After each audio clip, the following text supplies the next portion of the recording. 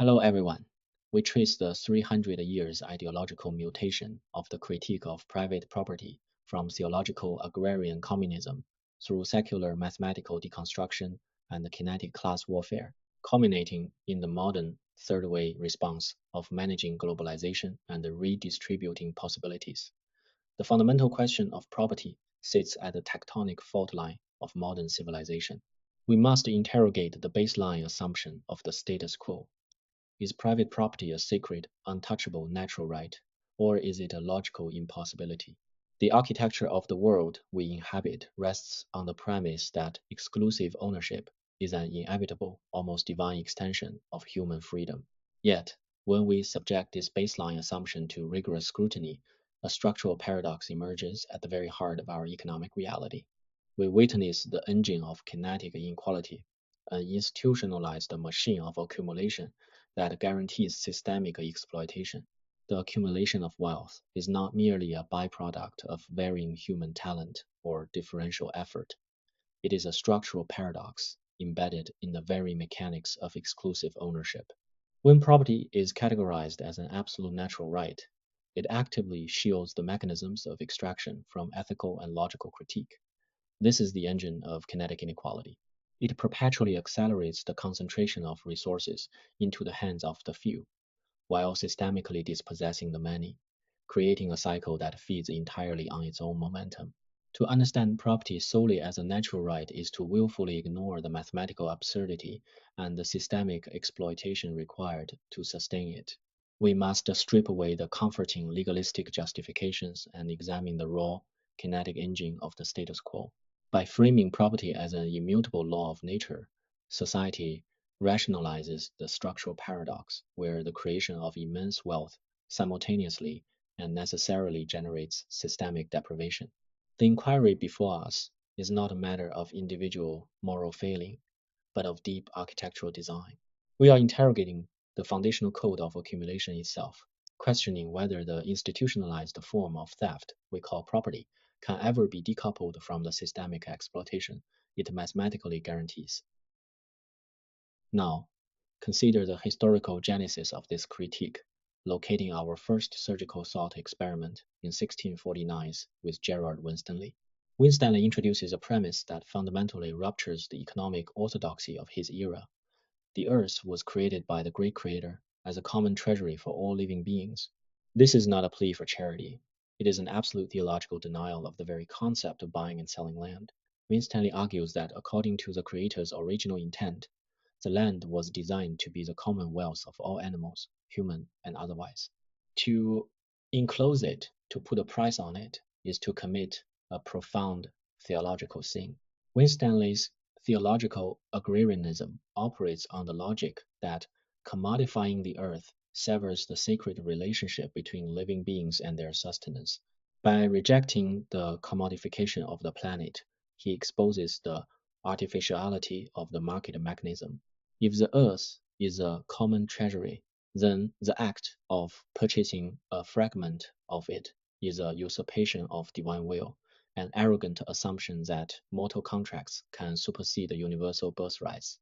Winstanley posits that the existence of a market for land is the original trauma inflicted upon humanity, a fracture in the pastoral equilibrium intended by the great creator. The rejection of buying and selling is not merely an economic policy.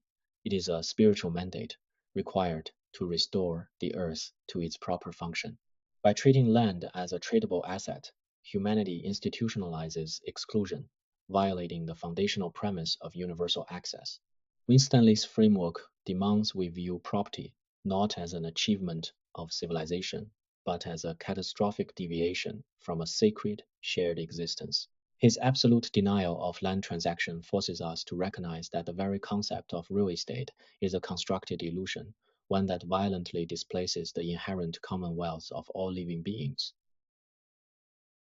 But here is the catch. If the earth was intended as a common treasury, how did private ownership become the dominant paradigm? Winstanley provides a surgical historical critique, asserting that property originated from violent conquest, and the sword, which he terms the Norman yoke, rather than from any divine right. The transition from a shared human birthright to exclusive ownership was achieved through raw kinetic violence. This violence manifested as the artificial enclosure of the commons, a deliberate partitioning of the earth by the victors to literally lock out the vanquished. Enclosure is not a natural economic evolution. It is a technology of subjugation. By drawing artificial lines across the soil, the victors transformed the universal shared birthright into systemic begging and starvation for the dispossessed. Winstanley dissects the mechanics of this theft, showing that the walls and fences of the enclosure do not protect natural rights, they enforce artificial deprivation. The sword precedes the title deed. The violence of conquest is sanitized over generations into the quiet violence of property law, but the underlying mechanism remains unchanged, locking out the vanquished to preserve the spoils of the victor. The shared birthright of humanity is systematically dismantled, replaced by an architecture of exclusion that forces the original commoners into a state of perpetual dependency. Systemic begging and starvation are not accidental failures of the enclosure system, they are its precise calculated outputs. Winstanley's analysis strips away the mythology of divine right and exposes the historical trauma at the core of ownership. The artificial partitioning of the earth is a persistent act of war against the common treasury, transforming the natural abundance of the planet into a weapon of starvation wielded by the strong against the vulnerable. Winstanley does not leave us merely with a diagnosis of violence. He offers a highly specific utopian blueprint to dismantle the artificial enclosure. His mechanism is peaceful cultivation. Instead of engaging in armed conflict against the oppressors, Winstanley advocates bypassing violent revolution altogether by peacefully cultivating wastelands side by side. This is the strategy of shared labor. The logic here is profoundly subversive. The artificial system of property collapses through obsolescence, not through the sword. By establishing a peaceful equilibrium on uncultivated lands, collective effort yields enough provisions to render commercial dependency entirely unnecessary. Winstanley theorizes that abundant cultivation achieved through shared labor creates a self-sustaining ecosystem that starves the enclosure system of its most vital resource, exploitable human labor. Private landowners are entirely dependent on the dispossessed to work their fields. When labor withdraws to the commons to cultivate wastelands side by side, the private landowners lose their exploitable workforce. The enclosures become obsolete because they can no longer extract value from a population that has achieved self-sufficiency. Winstanley's mechanism weaponizes peace. It demonstrates that commercial dependency is a psychological and economic chain that can be broken by the sheer abundance generated by collective effort. By withdrawing participation from the market of buying and selling, the commoners effectively neutralize the violence of the Norman yoke. The artificial system cannot sustain itself without the systemic begging and starvation it created. Once the vanquished feed themselves, the victor's partitioned earth loses its power. This mechanism of peaceful cultivation relies on the profound realization that property requires compliance. Bypassing the system through shared labor renders the architecture of enclosure fundamentally useless, collapsing the status quo not by fighting it, but by outliving it in a state of pastoral equilibrium. Moving from the 17th century to 1840s, we encounter a radical paradigm shift in the critique of inequality. Pierre-Joseph Proudhon pivots the analysis away from theological sin and grounds it entirely in secular logic. Proudhon issues a core assertion that shatters previous frameworks. Bourgeois property is not a moral failing, it is a logical and mathematical impossibility. He employs rigorous deductive reasoning to prove that property contains inherent contradictions that fundamentally destroy justice. Proudhon's methodology relies on secular math, dissecting the economic structures to reveal that the equation of ownership simply does not balance. His famous maxim, property is theft, is not a rhetorical flourish, it is a geometric proof, a QED, derived from analytical deconstruction.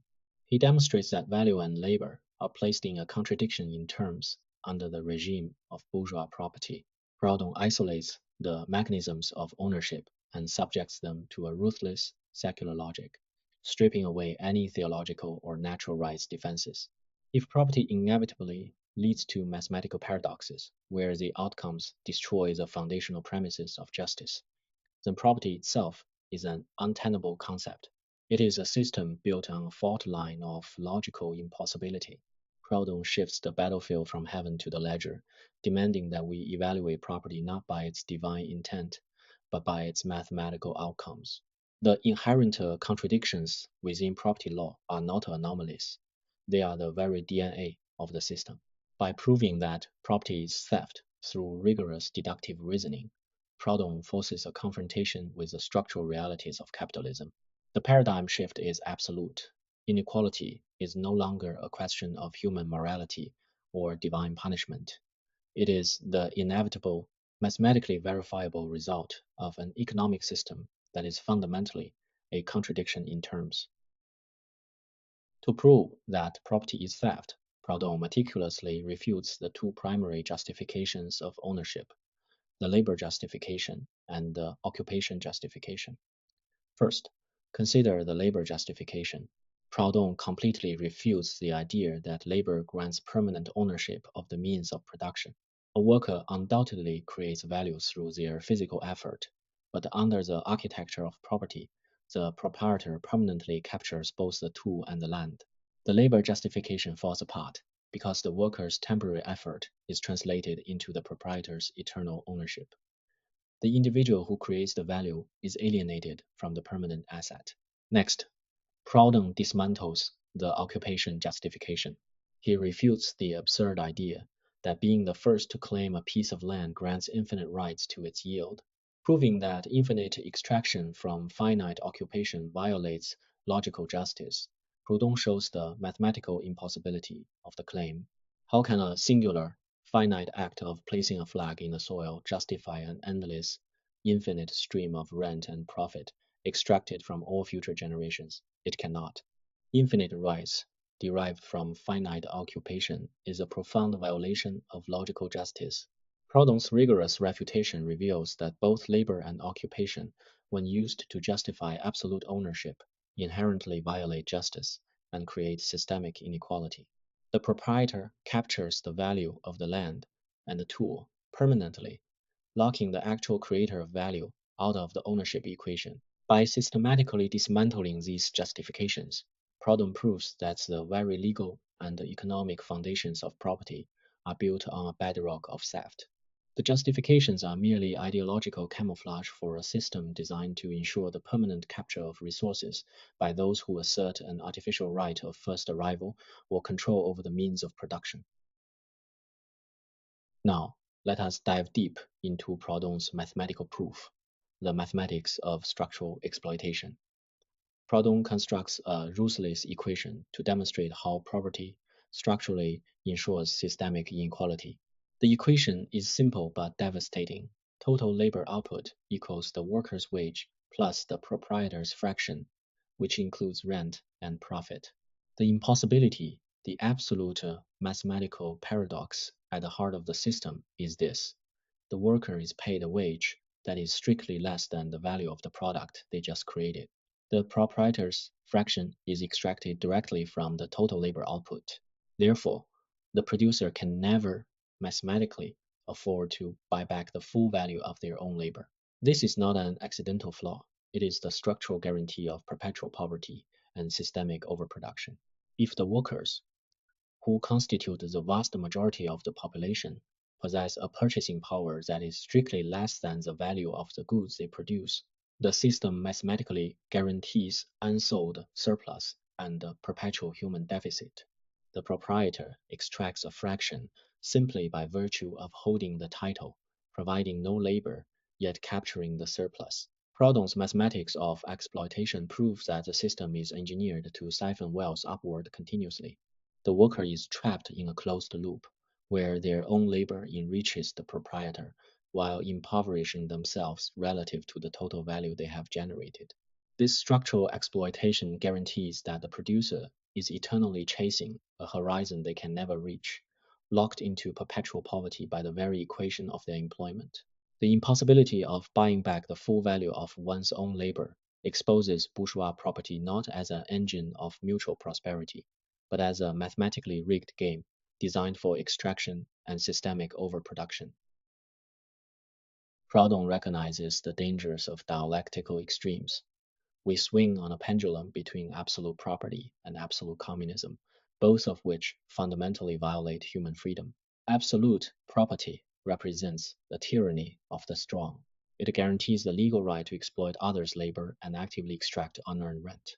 It is a system of organized theft that elevates the proprietor to a sovereign status over the producer. Conversely, Proudhon warns against absolute communism, which he diagnoses as the tyranny of the state. Absolute communism destroys individual liberty, enforces a suffocating uniformity, and acts as merely another form of slavery, where the state replaces a capitalist as the ultimate proprietor. The individual is crushed under the weight of an absolute collective.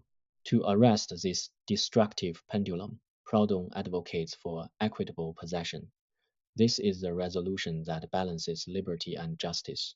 Equitable possession guarantees the right to control and use what one actively cultivates or produces, but explicitly without the absolute right to extract rent from others. You possess the tool you use. You possess the land you currently cultivate. But the moment you attempt to leverage that possession to extract a fraction of another's labor, possession mutates into absolute property, and theft resumes.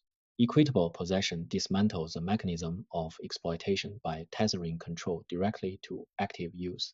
It rejects the absolute ownership that allows for absentee landlordism and unearned rent, while simultaneously rejecting the absolute communism that strips the individual of their autonomy over their immediate environment and labor.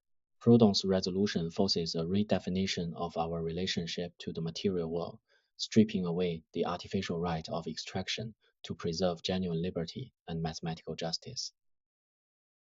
By the late 19th century, the theoretical landscape erupts into intense revolutionary reds with Louis Auguste Blanqui. We witness the shatter of illusions. Blanqui repositions structural inequality entirely. It is no longer just a mathematical error to be debated. It is an inevitable, permanent, and a kinetic war between the rich and the poor. Blanqui brings a kinetic ignition to the discourse, arguing that mathematical proofs and peaceful reform are utterly useless against entrenched power. You cannot calculate your way out of a barricade. The core stance of Blanqui's ideology is raw and unyielding. Wealth is accumulated stolen labor, and it is maintained exclusively by the violence of the state. Entrenched power does not listen to secular logic or pastoral appeals. It only understands the language of kinetic force. Blanqui shatters the illusion that the bourgeoisie will voluntarily relinquish their structural advantages based on Proudhon's mathematical demonstrations or Winstanley's theological agrarianism. The state is not a neutral arbiter. It is the armed wing of absolute property, designed to protect accumulated stolen labor through exclusive violence. Therefore, the only logical response to a system maintained exclusively by violence is a kinetic ignition. Blanqui forces the realization that the architecture of exploitation is defended by military and legal structures that cannot be dismantled by peaceful equilibrium. The paradigm shifts from deconstruction to destruction.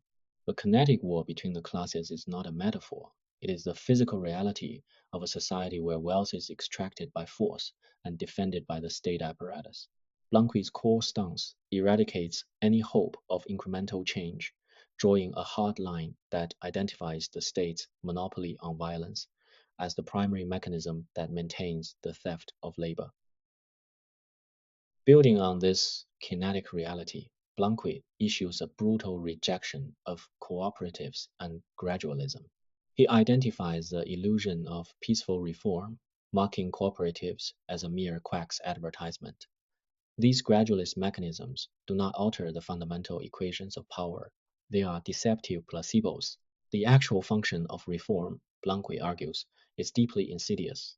These mechanisms merely pacify the oppressed, providing a false, engineered sense of progress that prevents actual kinetic ignition. By offering small, localized cooperative models, the system bleeds off revolutionary energy, while the macro structure of bourgeois property remains untouched. The structural reality is that gradualism leaves the underlying architecture of exploitation completely intact and operational. A cooperative operates within the boundaries permitted by the capitalistic, legal, and military structures. It does not dismantle them. Blanqui dissects this deception, exposing how peaceful reform acts as a pressure valve for entrenched power. Gradualism is a strategic trap designed to make the proletariat believe they are dismantling the system while they are merely reorganizing the furniture within the same prison. Blanqui's mockery of the Quack's advertisement is a surgical strike against the naivete of those who believe structural violence can be undone by incremental, nonviolent cooperation. The oppressed are pacified by the illusion of progress, blinded to the structural reality that the state's monopoly on violence and the mathematics of exploitation continue to function with ruthless efficiency behind the facade of gradual reform. For Blanqui, to accept gradualism is to accept permanent subjugation, willfully ignoring that the architecture of exploitation requires total destruction, not minor cooperative adjustments. Because gradualism is a pacifying illusion, Blanqui lays out the architectural requirements for equality, the mandate for armed revolution. This is a strict three-step kinetic methodology. Step 1. Disarm the bourgeoisie. This is the absolute prerequisite. Equality cannot exist while the oppressor class maintains a monopoly on physical violence. You cannot negotiate with a class that holds the ultimate kinetic veto. The bourgeoisie must be physically stripped of their capacity to enforce absolute property. Step 2. Arm the proletariat. This is not merely a symbolic gesture, it is the transfer of kinetic power directly to the working class to secure the physical space required for political transformation. Without armed force, the proletariat cannot defend the newly acquired equitable possession against the inevitable counterattack of entrenched power. Step 3. Dismantle the state apparatus. Armed revolution must move beyond securing space. It must systematically destroy the capitalistic, legal, and military structures that enforce the artificial rights of absolute property. The state is a mechanism that converts violence into law. Therefore, the state apparatus itself must be dismantled. Blanqui's mandate is not an expression of mindless rage. It is a cold, calculated architectural requirement. Disarming the oppressor, arming the oppressed, and dismantling the systemic enforcers of property are the absolute prerequisites for transitioning from a system of accumulated stolen labor to a system of true equality. Physical violence is the only mechanism capable of shattering the capitalistic structures that Proudhon mathematically deconstructed. Blanqui demands the physical destruction of the very state apparatus that Winstanley hoped to simply bypass. As we transition into the late 20th century, we confront the obsolescence of the old left. Anthony Giddens forces a pragmatic realization. The catastrophic historical failure of traditional socialist command economies and the violent class warfare. Blanqui's barricades and the absolute communism Proudhon warned against culminated in rigid, unyielding state structures that failed to deliver justice. Giddens identifies the dead end of this historical trajectory. After the fact, wealth redistribution and state-controlled production fundamentally stifle innovation and, crucially, fail to eradicate systemic poverty. Taxing the rich after the fact is a reactive mechanism that treats the symptoms of structural exploitation without curing the underlying disease. The old left relied on state command economies that became tyrannical, validating Proudhon's fear of the state. Violent class warfare proved catastrophic, replacing one monopoly on violence with another without achieving the promised equality. Therefore, Giddens articulates a new demand.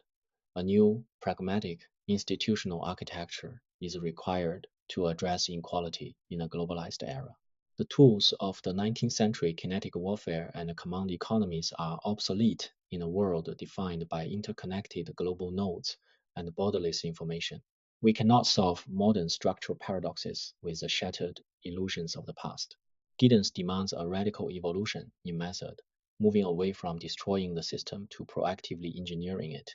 The obsolescence of the old left necessitates a departure from permanent class conflict and a shift towards an institutional pragmatism that can actually function within the complexities of modern globalization. The historical failure of violent wealth redistribution dictates that we must find a new mechanism to resolve the fundamental question of property.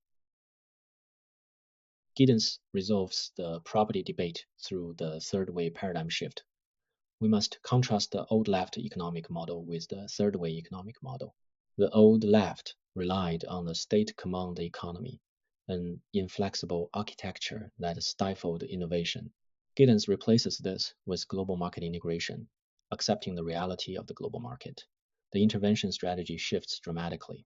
The old left utilized reactive wealth redistribution, taxing the rich after the fact, a constant, abrasive attempt to correct systemic flaws downstream. The third way introduces proactive redistribution of possibilities. This is the core paradigm shift, equipping citizens before the fact. Instead of waiting for the market to generate inequality and then attempting to redistribute the wealth, the state intervenes upstream to distribute the possibilities of wealth generation. The social view also evolves. The old left was trapped in permanent class conflict, a perpetual kinetic war. The third way advocates for pragmatic regulation and social cohesion. It accepts the wealth generating engine of the market, but applies pragmatic institutional architecture to manage its externalities. Giddens fundamentally re engineers the state's relationship to property and the market by shifting from after the fact redistribution of wealth to the proactive redistribution of possibilities. The third way attempts to bypass both the systemic exploitation of absolute property and the tyranny of absolute communism. It is an institutional pragmatism designed to navigate the complexities of global integration, moving the pursuit of equality from the barricades into the foundational structures of human capital investment. To execute this proactive redistribution of possibilities, the third way requires constructing the social investment state. This demands a complete transformation of the state's function. The first pillar is lifelong education, continuous upskilling to meet the relentless demands of a borderless information economy. The state cannot simply protect, it must proactively equip. This leads to redefining welfare. We must transform the state from a passive provider of safety nets, a system that merely catches those who fall into an active investor in human capital. The social investment state treats its citizens not as liabilities requiring reactive wealth redistribution, but as assets requiring proactive development. The goal is cultivating global responsible risk takers. The state must cultivate citizens who are equipped to navigate market volatility rather than being shielded from it entirely. Absolute shielding creates dependency and stifles the innovation required in a globalized era. By treating citizens as responsible risk takers, the state harnesses the wealth generating engine of global markets while rigorously regulating their social externalities. The social investment state operates on the logic that investing in human capital before the fact is the only viable mechanism to ensure equity in a system driven by global market integration. It is a pragmatic institutional architecture that seeks to resolve the structural paradox of accumulation, not by destroying the market, but by democratizing the capacity to participate in it.